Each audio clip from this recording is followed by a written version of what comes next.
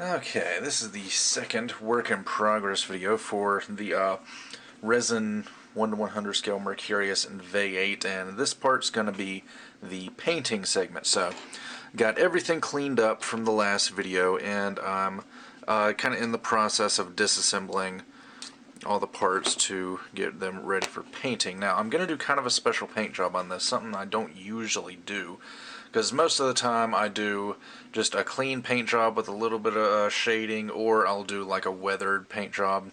This time I'm going for high gloss metallic. Now, I did a few sample pieces here. Oops. And red and blue, and basically going to be doing a coat of primer, then gloss black, and then silver, and then the clear blue and clear red. And these are just some test pieces I did. I think they turned out pretty good. This is about the level of metallic-iness, metallic sheen that I'm going for. So I think these will turn out really, really nice. And one thing that I am going to do a little bit differently is I'm going to be sanding the primer. I don't usually do that. So let me go ahead and get a coat of primer on all this stuff, and then I'll come back and do the next segment.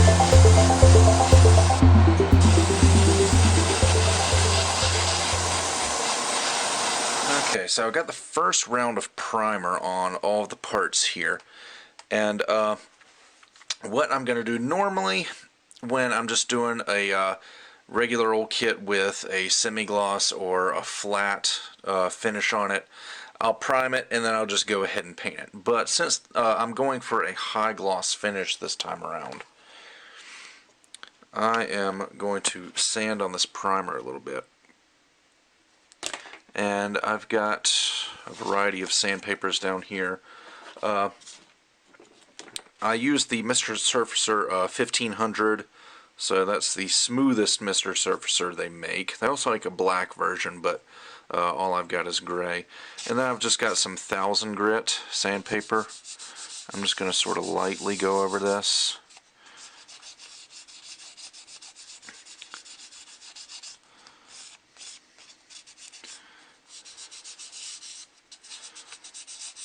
And basically what this is doing is, I'm not sanding the primer off, I'm just smoothing it out, because primer, when you spray it on, it has sort of a very slight porous texture to it, which is really great for letting the paint grip on if you're doing a like a flat or even a semi-gloss is usually fine kind of finish on your kit. But since I'm doing high gloss, I want this primer to be as smooth as possible. So I'm just smoothing out, sanding away that porous surface. So now it's got a really good velvety smooth surface on there. Almost even has a little bit of a shine to it. Go ahead and sand down here on the inside as well. And as you can see, I'm not sanding it away, not sanding it enough that any of the underlying resin is exposed, just smoothing it out. And I think that about does it for that part. Got some sticky tack under here. There's several parts on here where sticky tack was my only option for getting the parts to stick on here. And then I've got some, actually I don't even need to be using that one, I need to be using this one. Some of these little sanding blocks. Just a quick pass on these flat surfaces. And that part should be good to go. So, gotta go over and do this with basically every single part I've primed. And I think I'm just going to do this for the metallic red and blue parts. I don't think I'm going to bother doing it for like the gunmetal parts, because the gunmetal paint that I've been using should be fine without having to go in and sand all these down with high grit sandpaper. So probably just be the blue and red parts I'll do this with.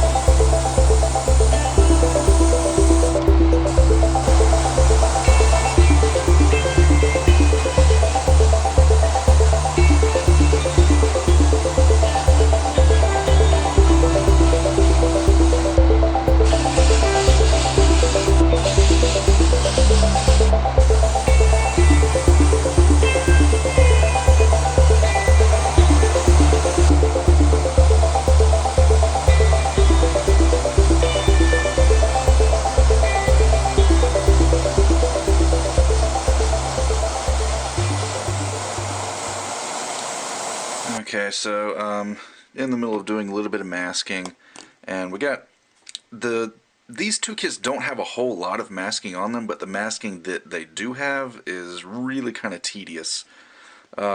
Sprayed some gold on the backpack, gray on the underside here.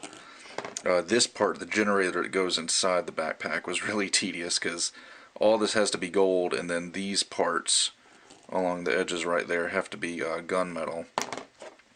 Got these little rectangular vent shaped things on the barrel, semicircle vent shaped things on the backpack. That was fun. So right now I'm doing these little indentations. I've already sprayed them gray, then I'm masking them off, and then I'm going to spray the backpack black. And how I'm doing those is I take a little square of masking tape, put it over the part that I want to mask. Got this little tool. This is the tool I use for dry transfer decals. I'm just rubbing, getting the masking tape good and flush along the edge. And I take a pencil and go along the edges and draw an outline. Now, some people, including me, will just skip the pencil step and just go with a hobby knife and very, very carefully cut along the edge. I've done that before. It works.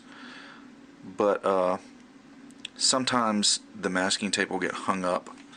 Like it will get little creases and folds in it, and it makes it really hard to cut with a hobby knife. But if you draw with a pencil, you can take that piece of masking tape off and then cut out the outline. Oops.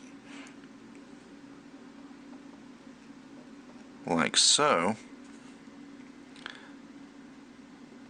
Then you can just lift that up and place it right into that little indentation, and voila.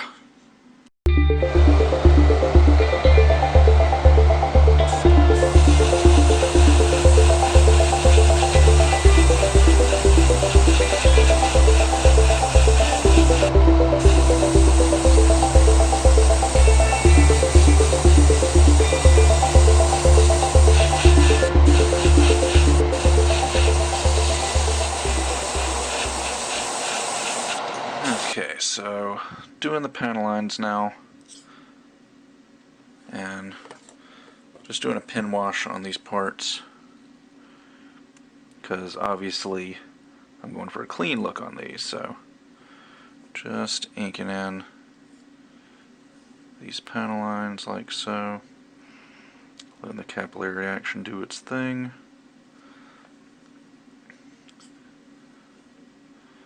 And then after I let it dry for a few minutes, I'll wipe away the excess. But this clear blue I've got on here, actually the silver and the clear blue are both acrylic. I think the silver was acrylic. It smelled like rubbing alcohol, so I assume it was some kind of acrylic. And then I know the clear blue is acrylic because that is Tamiya. So this oil-based Mr. Weather and Color is working really well, not messing up the paint job, because I put a lot of effort into getting this metallic sheen. I don't want to mess it up at this point. That would be really bad. So just taking it nice and slow. It's a very involved, multi-layered paint job that I gotta be real careful about what kind of paints I'm using and in what order I'm using them. Because you'll notice there's some stuff here that needs to be masked, like this, the neck and the area around the collar. That's got to be masked, but I want all the blue parts to be super shiny. So after I do the panel lines and the decals, I'm going to gloss coat all of the blue parts and the red parts. Then, after the gloss coat is dry, I'm going to go back and mask and spray the gunmetal in here, the neck area. Also, like the bottom of the feet, I'll go in and spray the bottom of those gunmetal. And because I want the gunmetal to be like a semi-gloss finish like this, whereas I'm going to have the red and blue stuff like a super high gloss, so I want there to be a little bit of contrast there, so I'm having to do some masking after I do panel lines, decals, and top coat. Alright, moving on to the decals. I'm actually using two sets of decals. This first set that I'm working on right now is from Samuel Decal. This is actually a set of Mercurius and Vayeate decals that he already had pre-made. I think he intended for them to be used for the old 1:144 scale no grades. I'm trying to get the light to catch it so you can see some of these white decals. There we go. So he's got a few cool ones on here than just some generic caution markings. And unfortunately, Mercurius and Vayeate don't have a lot of big open spaces except for on their legs. So I'm having to put these serial numbers and logos on the gigantic side skirts here. So a little bit of mark setter.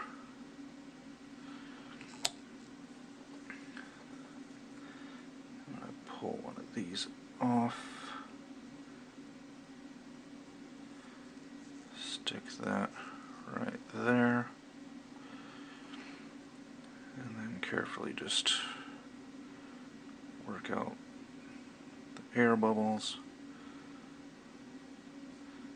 And there we go. Probably to put a little bit of mark softer on this afterwards since it's on a curved surface. Make sure it doesn't have any wrinkles in the decal. But yeah. So far I'm really liking these. I'm just really grateful that I can't even remember when I bought. I think I bought these decals for the Taurus resin kits that I did a couple years ago. And I used like one or two of them, and then now I've still got plenty to use for Mercurius and Vayeate. Alright, for the caution markings, I got these off Hobby Link Japan. Vertex decals are just 1:144 scale white caution markings, generic, but they're really good looking. Have kind of a Kotoki look to them, so that's what I'm going to be using for the caution markings.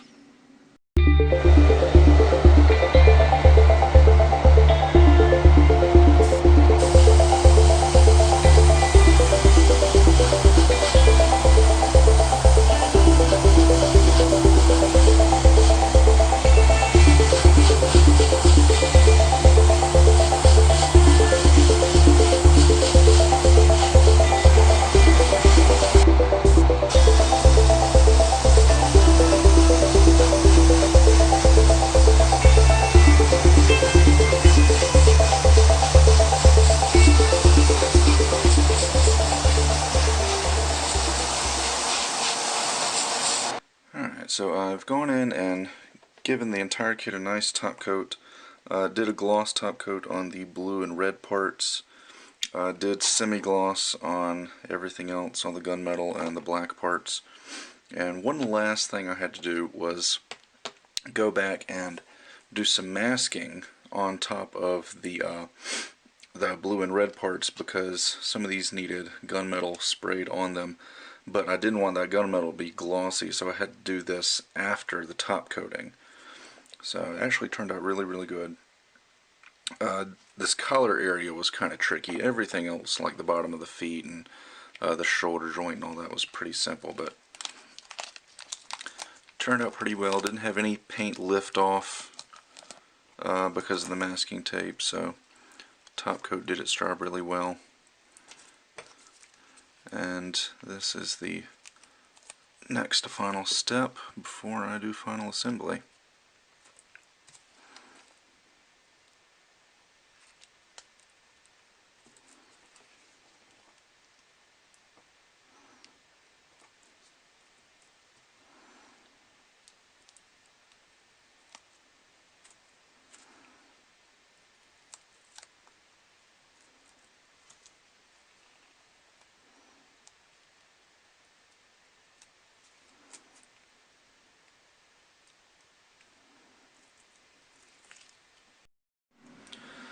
Okay, and after final assembly, took about, I guess, about 2 hours to get all these joints and stuff glued in place. I mean, they're still posable. I didn't glue it together, but get everything glued together that needed to be glued, and they are now complete. And I'm pretty happy with the outcome. A very nice, shiny, metallic paint job. They're definitely the most stable resin kits I've built in a while. Still a little bit loose in places, particularly the hips. I might want to go in and add a little dab of super glue to tighten those up a little bit, but still not too bad at all. Should be relatively posable, and I don't anticipate a whole lot of problems with them. But anyway, paint job came out good.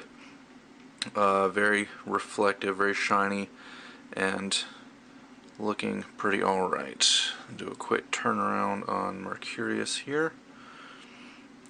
These planet defensors were probably the biggest pain to do on this guy, because if they had to be red and black, and no matter if I did masking or hand painting, either way it was going to be an enormous pain and very, very tedious. So I stuck with hand painting, just did a layer of silver and then a layer of clear red on top of it. Turned out looking halfway decent, so luckily it was just little detail stuff. But that looks good. Posability on these turned out pretty good. Nice smooth movement thanks to those polycaps in there. And the kind of, I don't even want to say metallic black. It's like I mixed Mr. Color Black with Mr. Metal Color Iron for the weapons on like the shields and Vayeate's backpack and beam cannon. Turned out really, really good, especially paired with the gunmetal, sort of a two-tone look for him. Came out really, really well. So put him over here. Mercurius is surprisingly back heavy. I'm wondering if I need to tighten up his ankles a little bit. Here's Vayeate, as you would imagine, very, very back heavy because of this giant backpack. Did some masking, got the gold on the weapons in the backpack there. Rotate him around very carefully. Got this little energy cable here. This is actually just some paracord that I got from Walmart. Not very expensive. Just glued that in the beam cannon in the backpack. Works really well. Can open this up. See the generator down inside. Gold and gunmetal. That was also kind of a pain to mask that, but all's well that ends well. I think the color turned out a lot nicer on Vayeate. That's just a really, really good metallic blue on him. And the red on Mercurius turned out a little bit darker than I thought it was going to, but the blue on Vayeate is perfect. And as you can tell, he kind of leans to one side. He's got that ball joint in the mid-torso, and because all his weight is on his right side, he sort of leans that way a little bit. So, and he's got this little arm connecting up under the armpit there that connects to the beam cannon, helps hold the weight of that. Also, if you wanted to have him support the weight with his left arm, he's got this holding hand here. So, really happy with the way these turned out. Very, very nicely well-made resin kits. If you have the opportunity to pick up a recast of these things, I highly recommend it, because although you're going to have to do some improv work for the polycaps and the joints, unless Kotobukiya decides to remake some of their polycap sets, other than that, these are just really well done kits, and I would definitely recommend them to anyone who is looking to get into resin, because the casting was very, very clean. The engineering on these is great, and they just look really fantastic. So that about does it for this video and this work in progress series, and with that, I'll see you guys next time.